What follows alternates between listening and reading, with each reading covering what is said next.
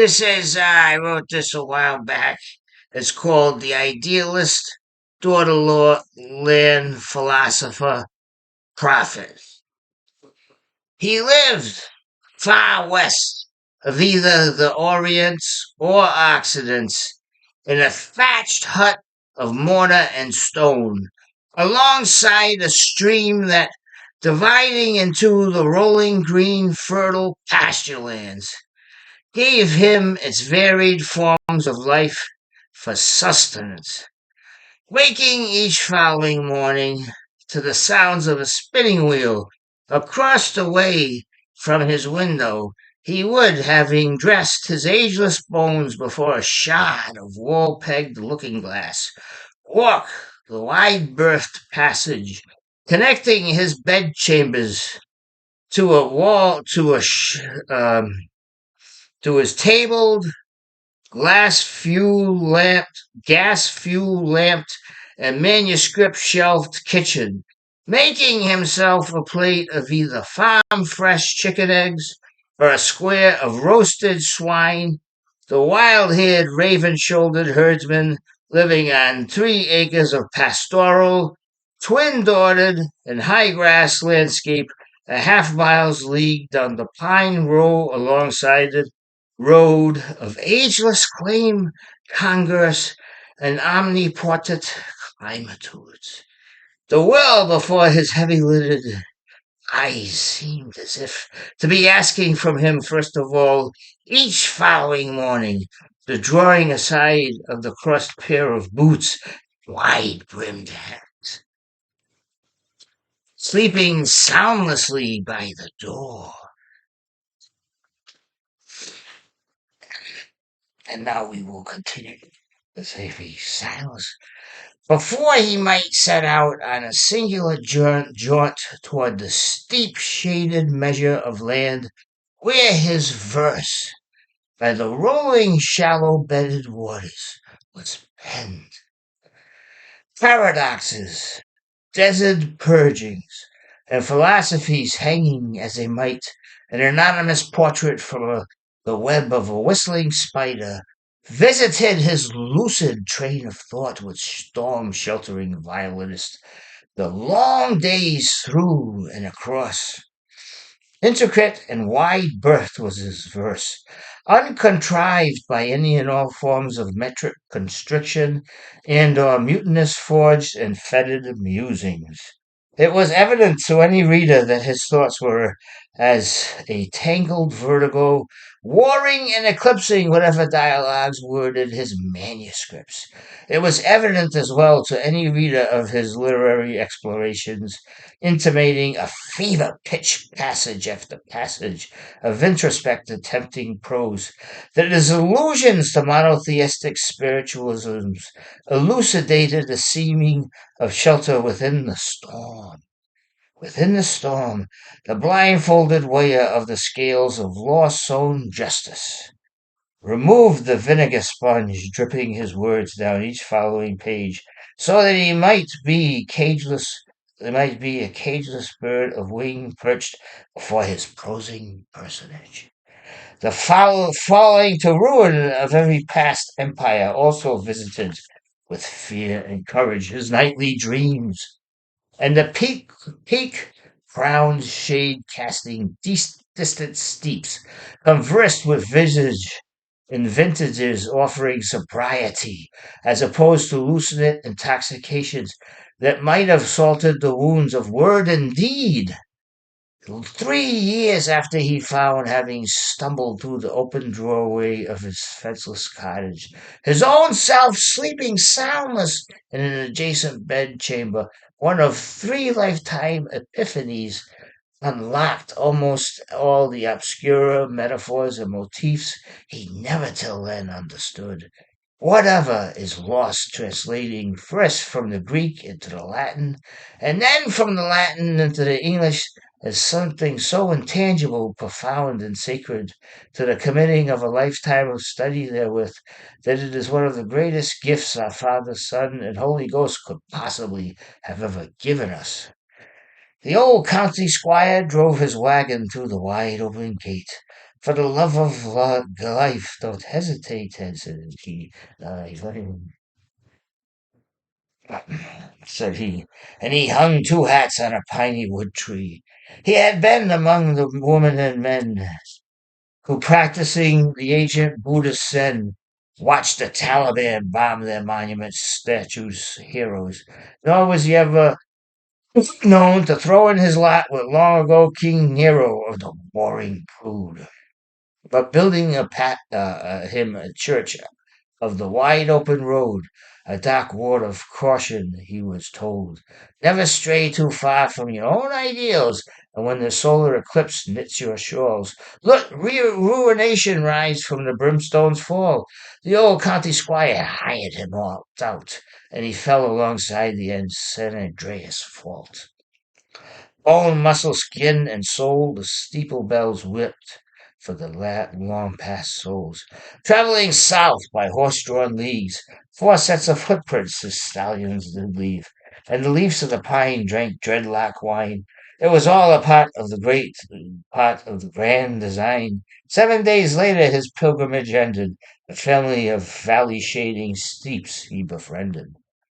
Hawthorn ebb and bird ice flow was all the grand earth's jewels you'll ever know. Tailor-made hand-me-downs in the naked water's Nickelodeon flow. Tell my woman that the sun is aflame, the streets are locked in ice all the same. Medina del Campo of old market Spain has long wandered through her various lanes, and the leaves of pine were a dreadlock vine that was all one and same with the grand design. Hides of warning posted near and far. Your steps into the streets from doorway shadows, where ideals draw a drink from the deep-bellied wells, into the porch of Denmark's ear. Fall as high stark bricks the fire-escaped alleys, by the windows whereof the musing iambic pentameter weeps for noon-hour prayer, and the lamps you light through the verses you weave illuminate times and places unknown. It puts to pulsing verse a new train of command, and soliloquy expunges the glass house man. Transubstantiations, sacred gestalts. Transubstantiations, sacred. Imagine living one day of your life where within the gestalts that brought you through and across each hour's period of time were emptied of one thing and one thing only, the separation of elements into singulars, that integrating, isolating, and unifying the essence prototypal to all gestalt phenomena that navigates from beginning to ending is its essence, its pulse beat.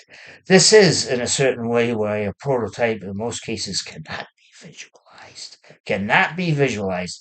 When an infant drops from his or her high chair, a spoon to the floor, he or she is taking apart unconsciously and also subconsciously the separate elements that unify the trajectory of descent, followed by the particular utensil analyzing individually each component part of the trajectory, unconsciously deciding the path of employment, art, science their future life will take.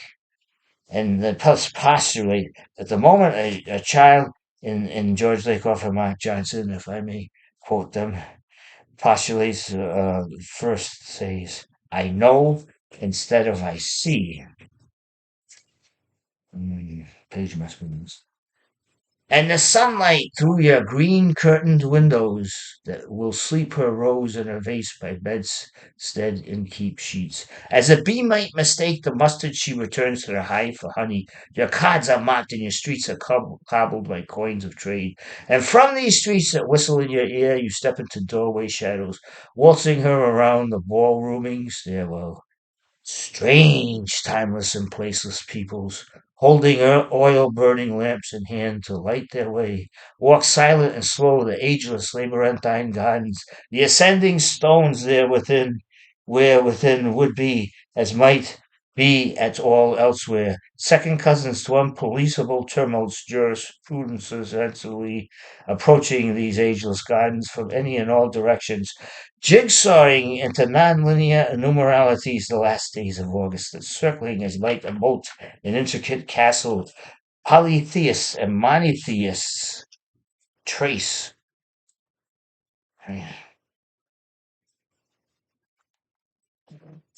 Let me see. Evil men wrapped in barbed wire shawls walk among the thieves and know-it-alls. So hide behind curtains in stark contrast to the first as last and last as first. Hide behind your own self as you walk through the tale, through the tales guitar picks chalk with riffs under skies of blue twisting into knots and Noah's arks their clouds. In Bethlehem mages the swaddling cloth king at whose feet you lay satin belt rings aloe and myrrh will someday be bring Isaiah's rolling verse to the door of Proverbs. Lot's wife looking back on Helen of Troy as her salt pillar falls as the rubble would shake, out of which steps into Spain lights of days untold antiquity, kingpins drawing eights and aces, tied into bows, tied into bows of old shoelaces, into intangibilities, bottle winding, time carbureting, the swashbuckling piston depths and heights where, and withal ferments, the caricature and portrait are sheathed sword, and my own motifs rob my metaphors.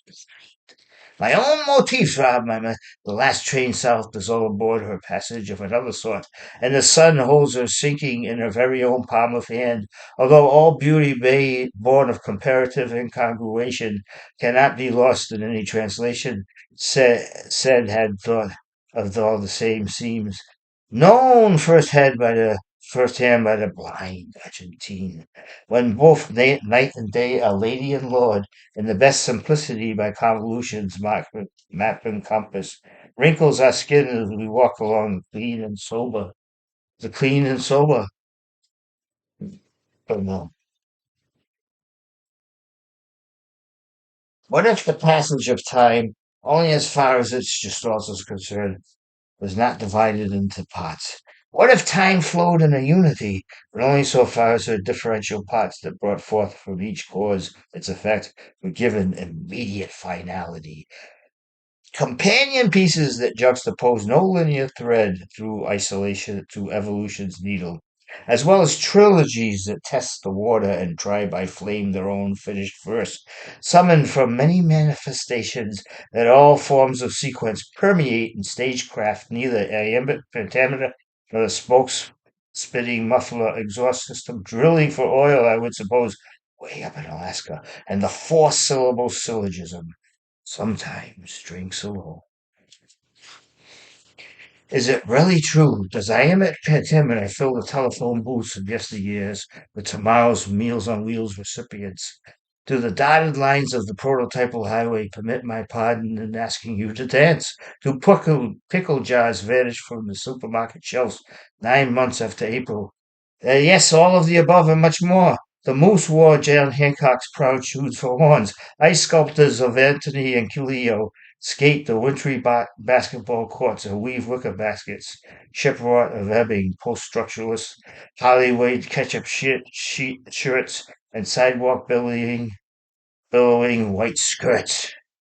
While some woman of the greatest physical intellectual beauty ever fearsome fame objectified via uncontrolled Masami's sucking cousins, go on and mattress tag the spider and hang your flame above the ice cube, bleeding Hawthorne water. 20 miles south of you. I guess you ought to not shoot hoops from half court, man. You know the setup. You know the plan. Brim your hats with a suburban slant. You think you can bleed wine from a heifer?